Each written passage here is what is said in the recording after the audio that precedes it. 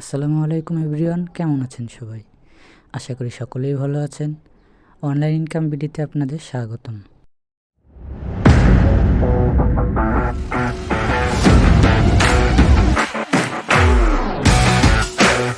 Bangla task নিয়ে আমাদের চ্যানেলে অলরেডি একটা ভিডিও আমরা আপলোড করেছি। আপনারা যারা সেই ভিডিওটি দেখেননি, এই ভিডিওর ডিসক্রিপশন বক্সে সেই ভিডিওটির লিঙ্ক দেওয়া আছে, আপনারা চাইলে সেখান থেকে দেখে নিতে পারেন। আর যারা অলরেডি আমাদের আগের ভিডিওটি দেখেছেন তাদেরকে ধন্যবাদ।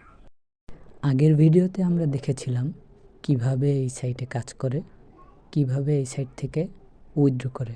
আজকে আমরা দেখব কিভাবে এই সাইটে একটি সফলভাবে অ্যাকাউন্ট ক্রিয়েট করতে হয়। আপনি যদি আমাদের ইউটিউব চ্যানেলে নতুন হয়ে থাকেন তাহলে আমাদের চ্যানেলটি সাবস্ক্রাইব করে দেবেন, আর যদি আমাদের ফেসবুক পেজে নতুন হয়ে থাকেন তাহলে আমাদের পেজটি ফলো করে দিবেন। এই ভিডিওটি শুধুমাত্র শিক্ষামূলক উদ্দেশ্যে তৈরি করা হয়েছে, কোনো নিশ্চিত আয়ের প্রতিশ্রুতি দেওয়া হচ্ছে না। কোনো সাইটে কাজ করা না করা সম্পূর্ণ আপনার ব্যক্তিগত ব্যাপার। অবশ্যই কাজ করার আগে যাচাই বাছাই করে কাজ করবেন। প্রথমে আমরা বাংলা টাস্কে কীভাবে অ্যাকাউন্ট ক্রিয়েট করতে হয় সেটা দেখে নিই। অ্যাকাউন্ট ক্রিয়েট করার জন্য আমরা চলে যাব ক্রোম ব্রাউজারে। ক্রোম ব্রাউজারে যাওয়ার পরে সার্চ করব banglatasк.com। বাংলা টাস্ক লিখে সার্চ করার পরে আমরা বাংলা টাস্কের অফিসিয়াল সাইটে চলে আসলাম। এবার আমরা এখান থেকে চলুন কিভাবে অ্যাকাউন্ট ক্রিয়েট করতে হয় সেটা দেখে নিই।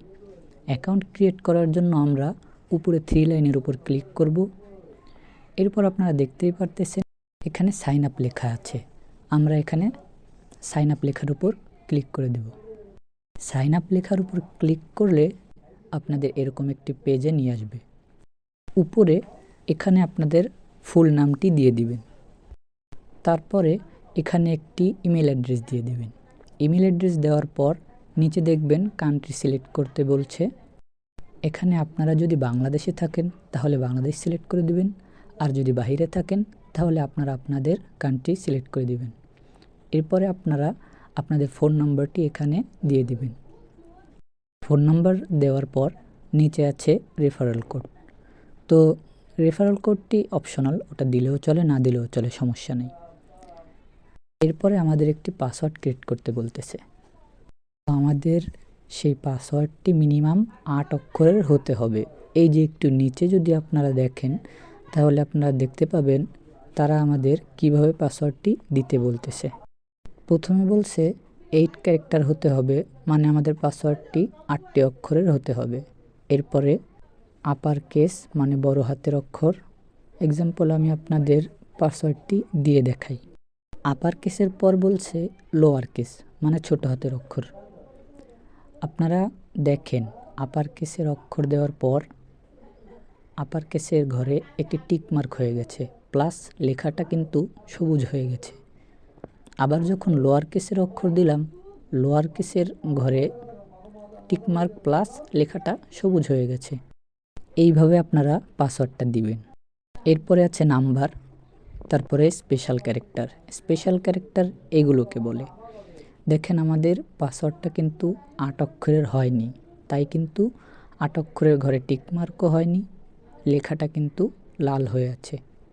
এবার আমরা যদি পাসওয়ার্ডটি 8 অক্ষরের দিয়ে দেই তাহলে কিন্তু আপনারা দেখতেই পারতেছেন 8 অক্ষরের ঘরেও টিকমার্ক প্লাস লেখাটা সবুজ হয়ে গেছে।